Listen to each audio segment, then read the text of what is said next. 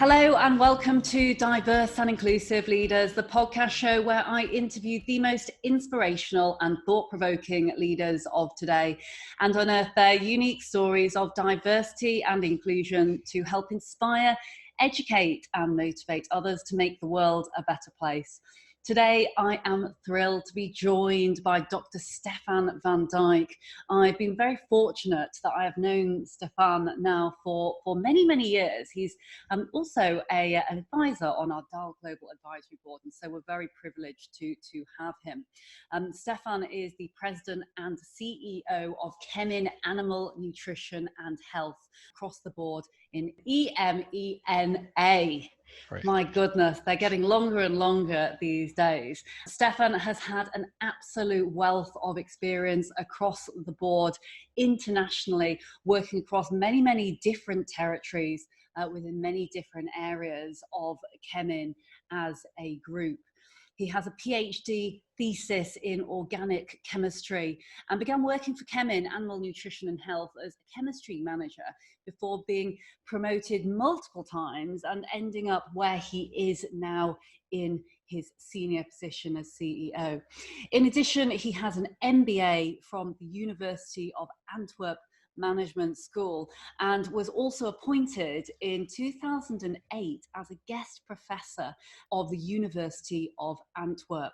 He currently teaches food chemistry at the university to students pursuing a master's degree in chemistry and is very passionate about inspiring and educating students and the youth of the future when it comes to global food, nutrition and health.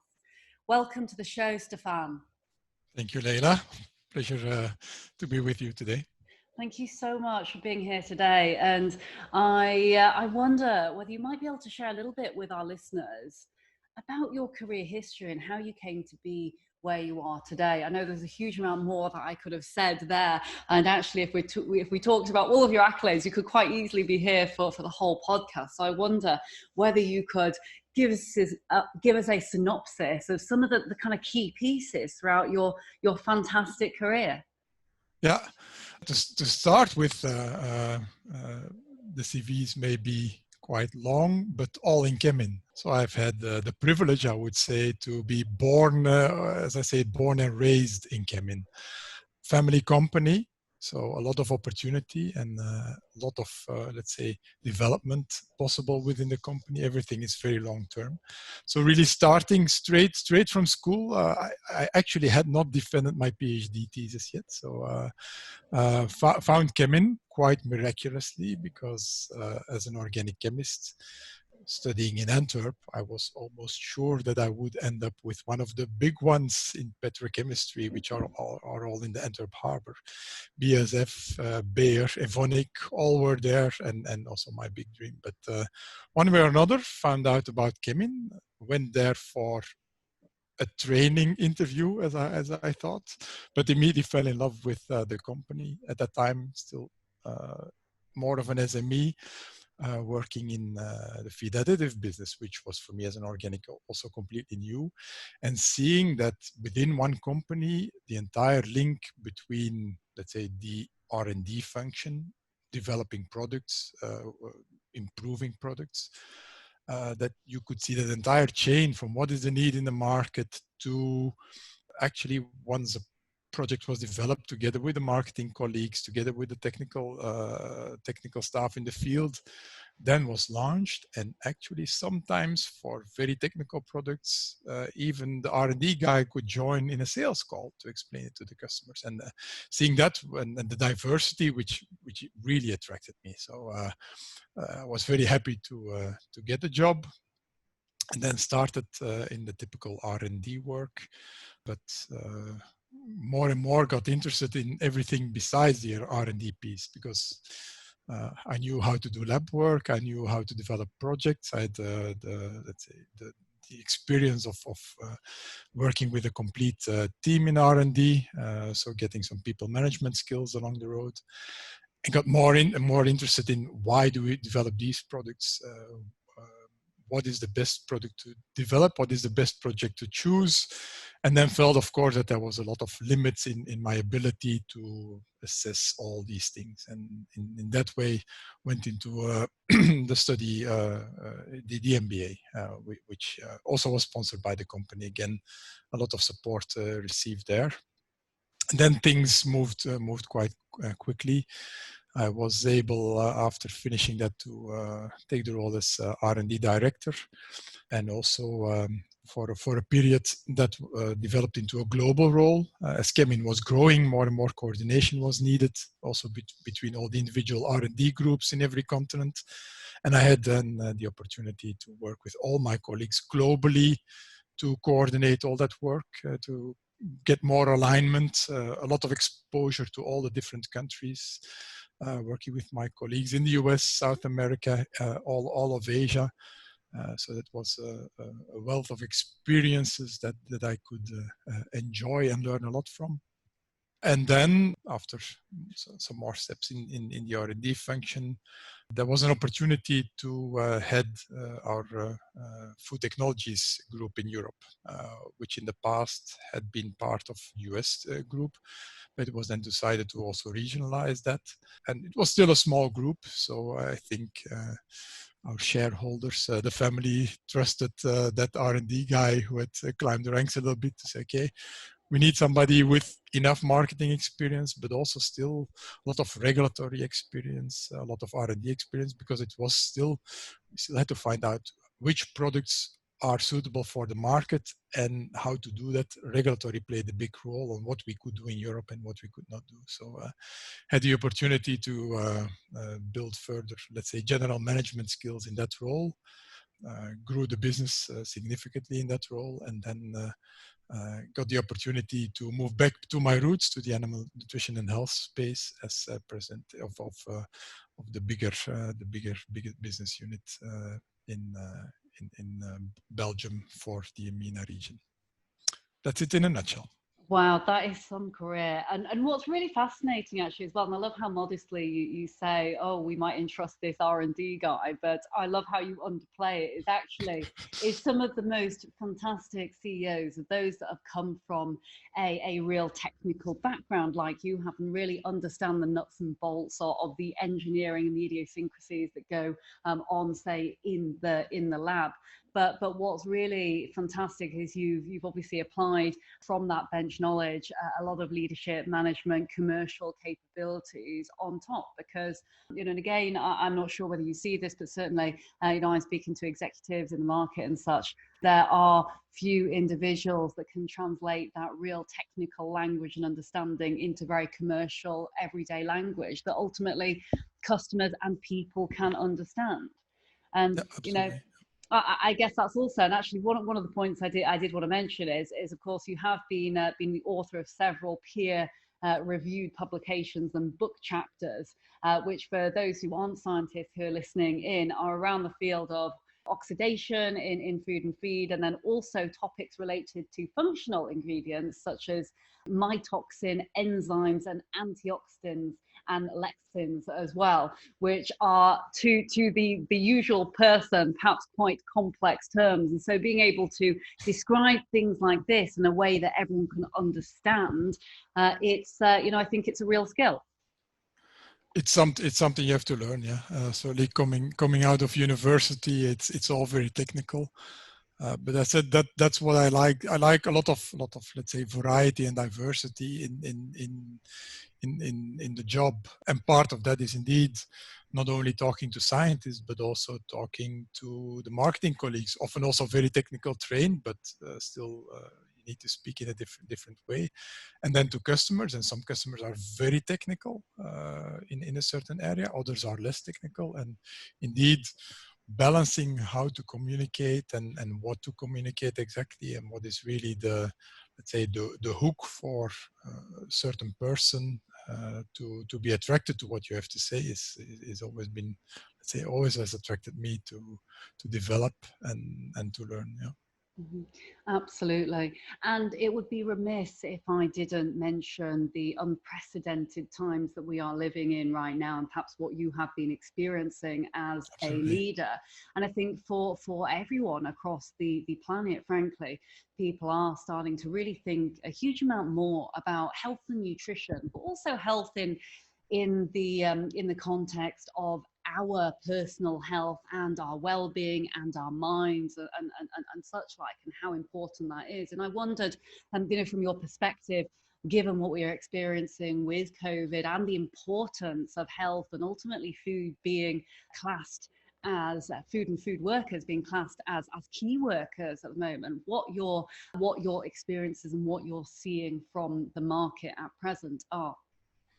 Yeah, absolutely. It's so Kemin is active in various fields in the nutrition space. We have the animal nutrition and health area, where my work is mainly in. Then we have the colleagues in the food technologies group, which is specifically the quality and safety of food as you buy it in the store. And we also have colleagues who are more into functional ingredients for health and well-being.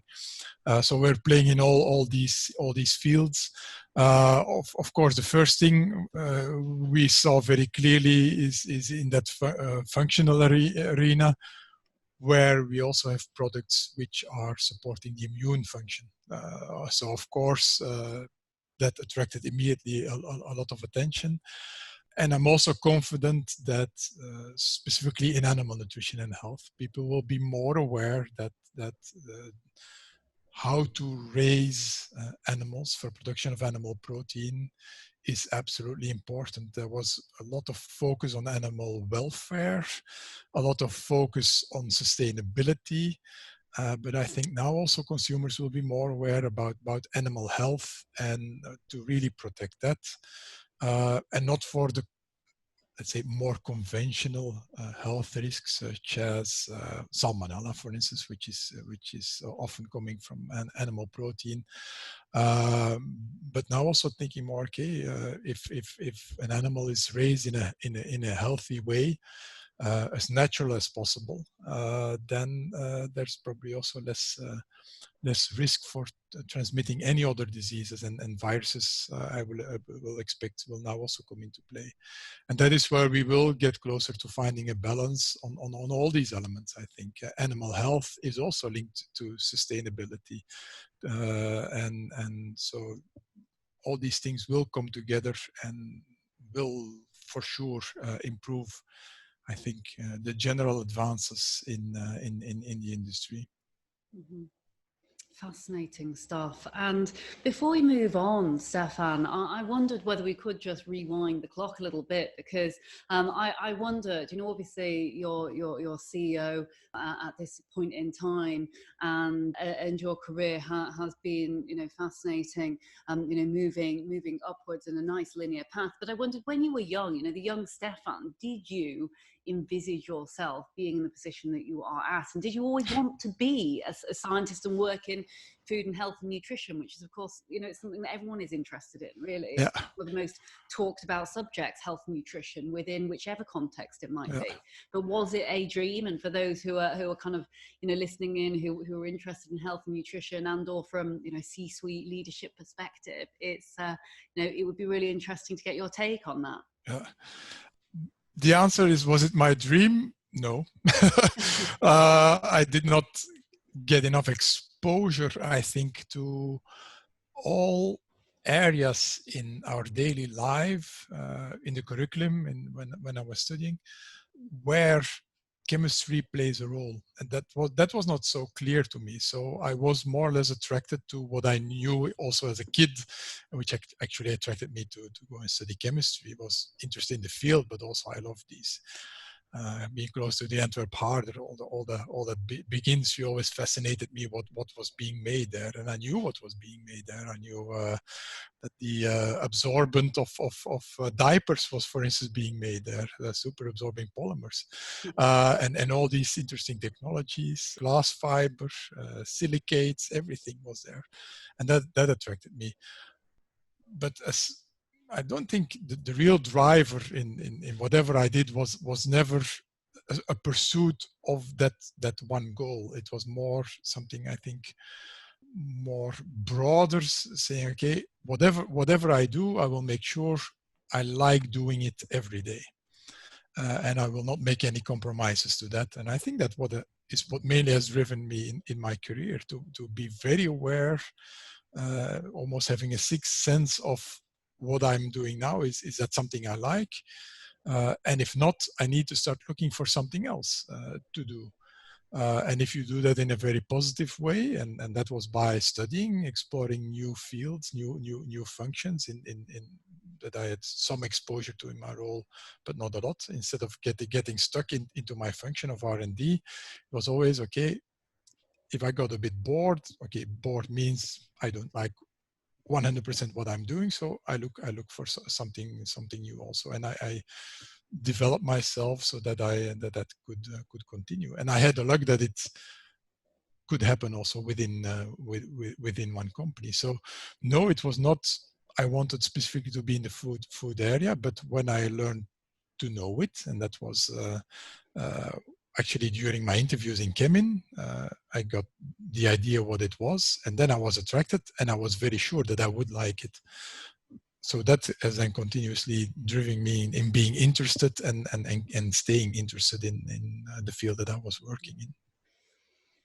You've got some fantastic educational qualifications as well, and I wondered, just out of curiosity, was that, driven by the family environment at all? Because education seems to underpin every facet of what you do, and clearly it's something you're very, very passionate about, because you're doing the lecturing as well, and helping the youth really get involved in science and learning about food and health and nutrition. Yeah, certainly. I was always very strongly supported by my parents. Neither had a university degree, so they supported me, and they were very proud of what I did. So I think for sure that plays a role. Whomever is studying, if you always have somewhere a low light when it gets very complicated, then it's easy to say, okay, I will do something else. That is, of course, when the family plays absolutely an important role. And that then later on, okay, when you study, when you have a young family, actually I started my MBA when my third child was just born, or still had to be born. So then, of course, you need the full support of your significant other. So that was also the case. So in that sense, having somebody preferably very close to you who supports is absolutely, I think, is essential for many people. And I have the greatest respect for people who do study, who do not have the support, who have to also financially take care themselves. For me, those are also absolutely heroes. If you do that, it is, I think, an evidence of very, very strong character and drive, and those people deserve a lot of respect for what they're doing. I absolutely could not agree more. And I think perhaps something which is maybe not discussed as much as it should be or could be in business, and certainly stories of successful business leaders, is that is often, a support network there, or perhaps sometimes isn't. But it is, it is challenging balancing up life. And I think, especially now, we are well, never has there been a time more so now, where we almost have a window into the world of people's personal lives, because we're doing these Zoom calls, these video calls. There's a lot of often a lot of homeworking, what with the fact that everyone is having to protect the safety of others by being at home. But actually there is in everyday life, in inverted commas, often a huge amount of pressure and a huge amount of, say, international traveling. And I know, Stefan, when we first met, it would have been probably many years ago now, wandering around an FIE exhibition or something like that, and I probably chased you down on your stand. But a huge amount of traveling that takes place, and a huge amount of pressure on business leaders. So having that support network and being able to balance up the work and life and financials and such like, it is, I guess it's a constant battle, isn't it? Absolutely, yeah. and that is an equilibrium that's not easy to find, and you don't find it by yourself. So you have to be as a couple. You have to manage that, and not only my wife also has her own business. So in that sense, also we have a small family, but also again that network is very, very strong, and we receive a lot of support. And without that, it's unsure if the same successful path could have happened for both my wife or I. Maybe one of the two would have had to make some sacrifices in their career in that case. So no, absolutely, it's. A network around you. It's always a career is a lot of hard work and determination that you need to have yourself. But that's often not the only thing, not at all. Mm-hmm. Thank you so much for sharing that. That's I think that's absolutely invaluable. And I think what's brilliant about you sharing things like this, and certainly when I have the opportunity to interview lots of inspirational business leaders like yourself, I think it's quite easy from a, whether it be that you're early on in your career or if you are mid-level in your career, to kind of think, well, actually, how hard can it be to be a CEO? How hard can it be to be a business leader? And such like. Actually, some of the sacrifices often that have to be made, and the balances that have to be played out in order to actually reach that is absolutely not as easy as it seems. Absolutely not. Yes, and you probably also need to go through some areas of where it gets very dark in a relationship with families, significant others, kids. That's but the most important thing is don't if you make mistakes there, don't make them twice. Sometimes you're not allowed to make the same mistake twice. I'm not talking about the business side, everything next to the business of your support network. It's also a very delicate balance that you create. Mm-hmm. So always be very aware of the others and make sure that issues come on the table. Otherwise, they cannot get resolved. Mm-hmm. Yeah, this is so. As you say, it was not easy, but we survived. So mm-hmm. And you go through a period where you think, okay, how can we make it work? But then afterwards, the sky clears anyway. Yeah. Absolutely. I mean, as I say, in business, it's like norming, storming, performing. And I think, very mm-hmm. much the same is true about our personal lives. And right now, the two are very, very entwined in one another. But I think it's so important that business leaders like yourself are confident and vulnerable enough to be able to speak out on things like this. Because, when we share and when we talk, I genuinely believe it is the route to actually finding ways through and finding positive solutions. And I wonder, just on another topic, which I know our listeners would be very interested to hear about, given you've had a wealth of international experience spanning many decades and working across lots and lots of different continents. What are some of the observations that you have made culturally from the different places that you have worked in? So I think, it's another thing that I notice about successful business leaders that I speak with are their adaptability from, often even, experiencing, cultural mishaps to working and living abroad in various different countries. As you know, my husband is, he's American, but he spent, very, very long time in China, and arguably, because I was adopted by wonderful white British parents, is far more Chinese than I am. And we often talk about these kind of these wonderful cultural idiosyncrasies and communication pieces where, he goes into his Chinese zone or his Americanness and my Britishness, and you have these, these different communication pieces. And I just, it's absolutely fascinating seeing how that actually plays out in business, because if you are ultimately to be successful in an international business environment, an understanding of all of these different aspects and the cultural differences surely is very, very important. Yeah, I think the way I did it, and I never let's say analyze or rationalize it. Certainly, I've always had an interest in other cultures. So the start of interacting with people is always, I think, a basis of being genuinely interested in differences, generally interested. These differences have a historic background often. So where do these things come from? So as soon as you engage in a conversation about differences, it's not about I agree with what you do, or I don't agree, or it's efficient or it's not efficient. No, it's a genuine interest, and asking where a certain let's say way of working comes from, or a certain type of behaving comes from. That gives a very, very good understanding. People explain you. I think you create a basis of respect for how somebody is different, and you start the conversation. Some reading, of course, of what not to do. I remember my first trip to Japan was clearly, okay, what should I not do when eating or when greeting a person?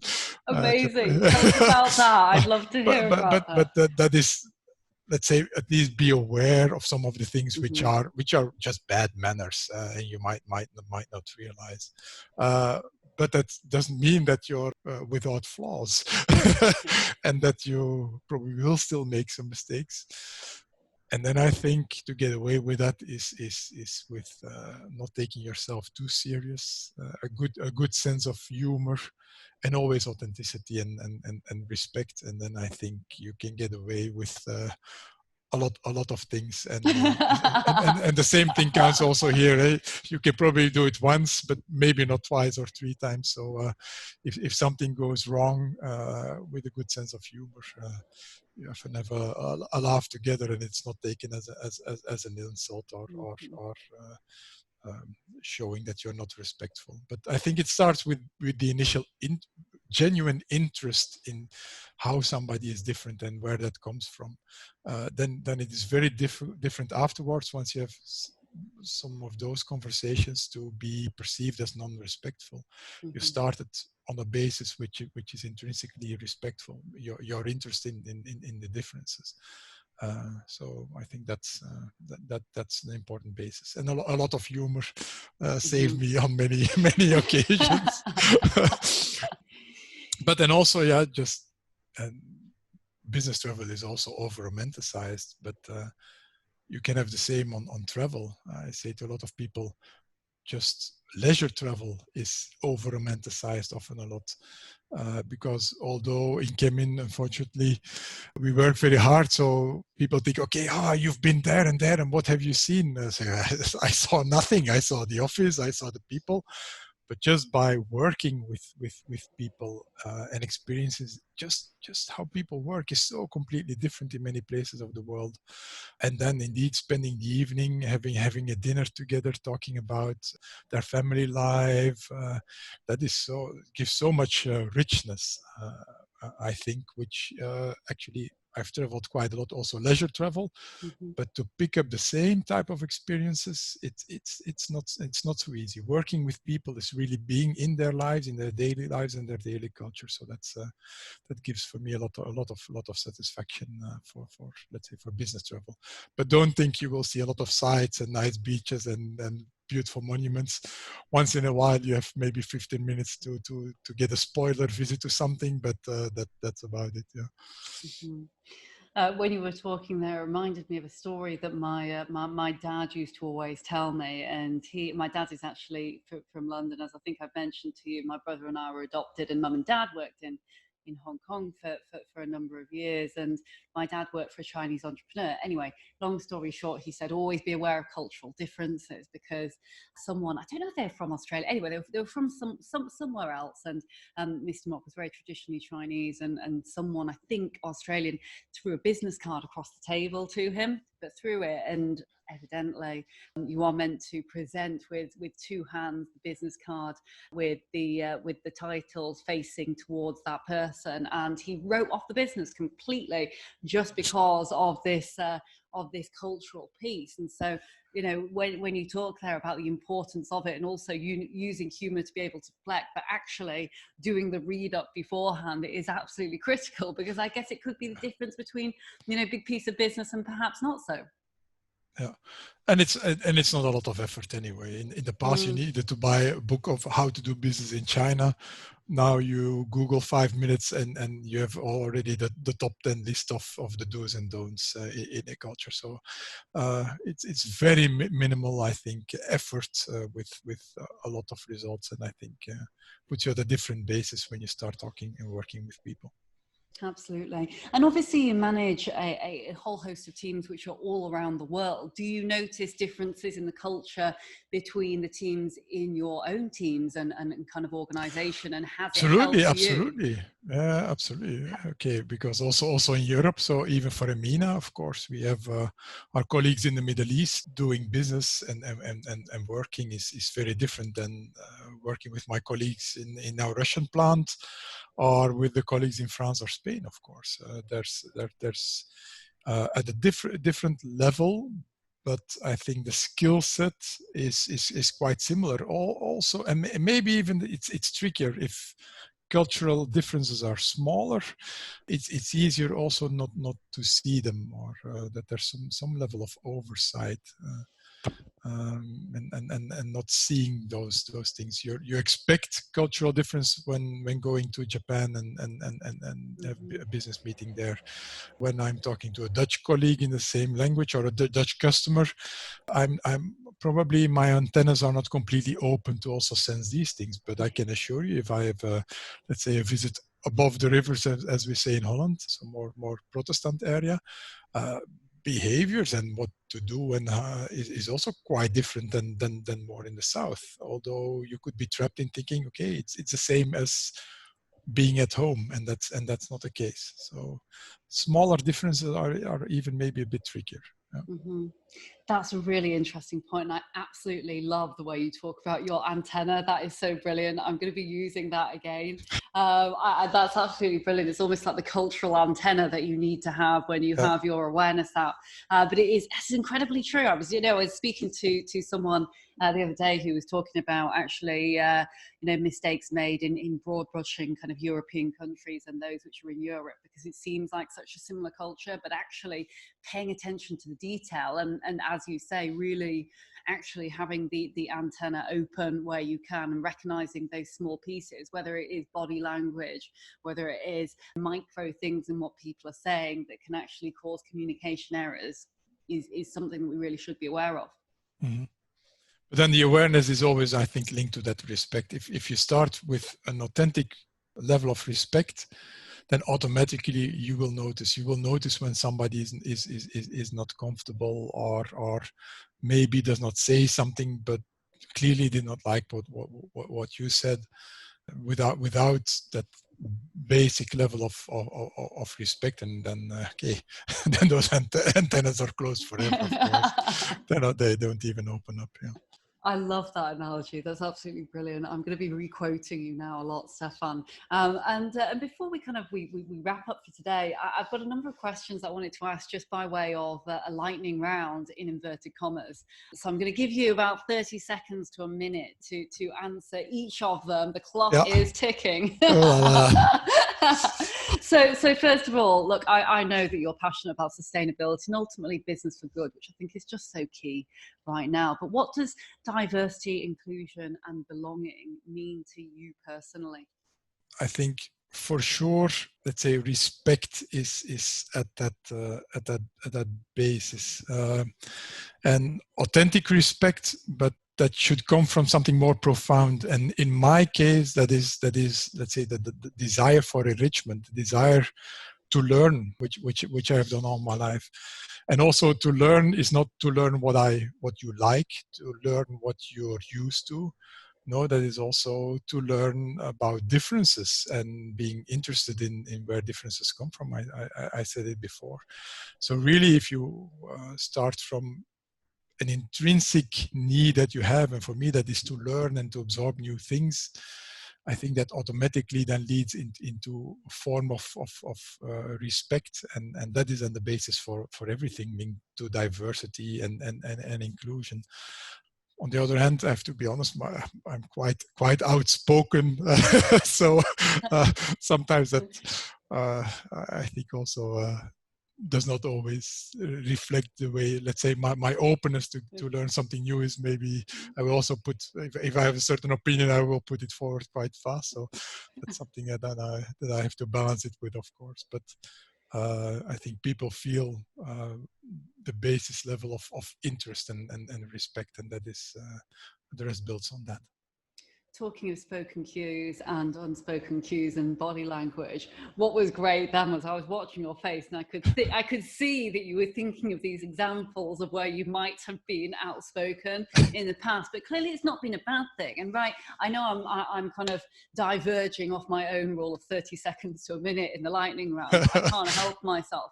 But I think, this is so important when you think of the C-suite and you think of the boardroom context, is having times where you are, clearly you're very emotionally intelligent and attentive when it comes to listening and such like, and absorbing how people are feeling from what they're saying with their bodies, but also being able to stand up for what you believe in and say things when they matter, and being open and honest about your opinion. Because if you don't have, or if you have a room full of yes men or women in a boardroom, ultimately that's groupthink, right? And so it's really important that we do have the respect, whilst also making sure that we put forward what and why we believe in a certain thing. Yeah, balancing act, very difficult balancing act, but yeah. It is indeed. And I wonder, who has been the biggest inspiration in your life, whether it be business or personal? It's not one. If I have to refer to it, I will refer to it as one holy trinity. So it's to convert the 1 to 3. You can have a couple. It's okay. First of all, my parents. I think that's where it started. Unconditional support, unconditional love. Quite clear. That's something you take with you for the rest of your life. Secondly, I would say my wife. Also, unconditional support, but with the very important element of there's an opportunity, take it, will worry about the things that can go wrong or all the disadvantages later. She comes from a family of entrepreneurs, and that's actually what she taught me. It's not just about the support, but it's also sometimes, okay, you have the support and we know there is a risk, but if it goes wrong, we'll manage it, or the difficulties as they come, we'll manage it. We focus on the opportunity, and that's a starting point. And then third, one of my mentors when I was, let's say, young professional, the value of authenticity. That always was clear, that you get a lot of, let's say, respect and credit of people when you display authentic behavior. That people do not think there's hidden agendas, because that complicates also the business life. So let's say those three together for me is that one person with most inspiration, but it's a holy trinity in my case. I love the Holy Trinity. And in particular, I know that your wife must be a fantastic woman, because even though you work in global health and nutrition, she looks after your health. Because when I remember we've spoken in the past, you say, oh, my wife is looking after me, she's dosed me up and such like. So always good to have that support. I don't know if her intentions are right, because she's a pharmacist, so the more pills she can get to me, the better. Helps her turn over. So. Very good. And hopefully you are looking after your health at the moment as well, given that hopefully is a lot less traveling at present. And second to last question actually, who is your hero, whether it would be, and again, not in the context of say the Holy Trinity, but are there any heroes, sheroes, kind of celebrities even that are particular favorites of yours, Stefan?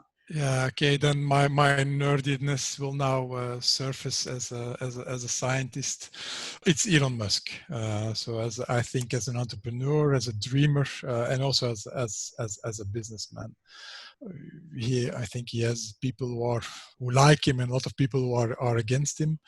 But if you look at what he did, challenging, let's say, from a business perspective, very established industries, starting with PayPal, going against the banking industry. Then Tesla, car industry, also very big, very well established, a lot of cash in these companies, and he just goes for a full frontal attack. And now space. Also, if you can look at all the billionaires in the world, they're typically in one industry, or they're investors. Mm-hmm. General, or they are in one industry and build their entire career in one industry without changing and taking the risks and dreaming somewhere completely different. Imagine, and let's say also the advances he has brought. Imagine PayPal would not have been there. I'm pretty sure it will be taken over by other innovations now, but how would say trading over the internet have developed if we would not trust how we would pay, and that if something goes wrong we would get our money back? It would have stopped a lot of development in the internet business. Cars now the same. We think very differently about driving electrically, etc. So yeah, that's in let's say all these things. And of course he dreams of space, which every nerdy scientist does, so that's already a very big trigger to select him. Very good selection. And finally, and last but not least, I wonder if you could go back in time and give the young Stefan advice, or indeed, another young individual who is aspiring and wondering what they're going to do, perhaps in their career. What advice would you give to your younger self? I would say pace yourself once in a while. I think that's the risk of everybody. So be, let's say, working on your career, having a young family, keeping all balls in the air. Let's say the skill of just pacing yourself, just stopping the clock for just a little while and thinking of all your priorities. If you have everything right, if you give the right people the right amount of attention. I think that's the challenge of everybody in the career, that you try to do everything at once, and meaning that you're not doing good for anyone at a certain point in time. Let's say having somebody to help with that, or giving you that insight, that would certainly help. So if I could give myself the insight to the younger me, that would be one. And more active listening. It's still not always my strength. I can get very passionate about certain things, and then I want to share it. Sorry, my younger self was even worse in active listening than the older self. So maybe I should have practiced a little bit earlier. Yeah. Well, that resonates with me a lot, I have to say, what you have said then. And you're laughing, so I'm sure you agree. But I think there's some great advice there. It really is. It's been an absolute joy having you on the show, Stefan. I'm glad that I finally tracked you down to do this podcast. So thank you very much indeed. My pleasure. Thank you. By way of summary for our listeners who I know that would absolutely have enjoyed the podcast today, but also for myself, there's been a lot of key learning points here, and I've written a couple of pieces down here, but I think, there's a huge amount to be learned from what you said about genuine interest. When you have genuine interest as opposed to feigned interest, actually that does in itself actually bode respect, and having respect for another human being, whichever industry, whatever level, whoever they are across the world, is the basis ultimately for a meaningful and true flourishing relationship. I think what you've just demonstrated, and certainly through your humility and vulnerability, which I think is terribly important for CEOs, especially CEOs and aspiring leaders of the future. Emotional intelligence is absolutely critical. I genuinely believe it's almost impossible to be a good leader without having good emotional intelligence. The future of business is well likely to be about relationships and the heart, as things are automated and digital media and such like becomes more prolific, and the world becomes a smaller place because of digital. Actually having some of those core humanistic principles that Stefan mentioned there, including kind of respect and the humility that he's shown, as well as really trying to actively listen, paying attention to the person over the people, and those very small differences that often can go overlooked. But the other piece which you said, which was it was very philosophical actually, is that kind of that desire for enrichment. Life is a never-ending journey of learning, of trial, of error. Nothing is ever going to be perfect. And I think sometimes we do need to be kind to ourselves. Certainly if we can't be kind to ourselves in this time and be, thankful for the people and, the families, the business and the support that we have around us, then, there is no other better time, is what I'm trying to say, other than right now. So, and certainly pacing yourself. I personally know I should take a leaf out of that advice book of yours, Stefan. So thank you very, very much again indeed. It was my pleasure. Thank you for the very thought-provoking questions. So made the grey mass also work again a little bit.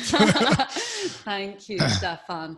My name is Leila Mackenzie-Dellis, and you've been listening to the Diverse and Inclusive Leaders podcast. We're with you every week, but we're here more frequently. We're here twice a week at the moment because we want to support as much as we can in uncertain times of the present.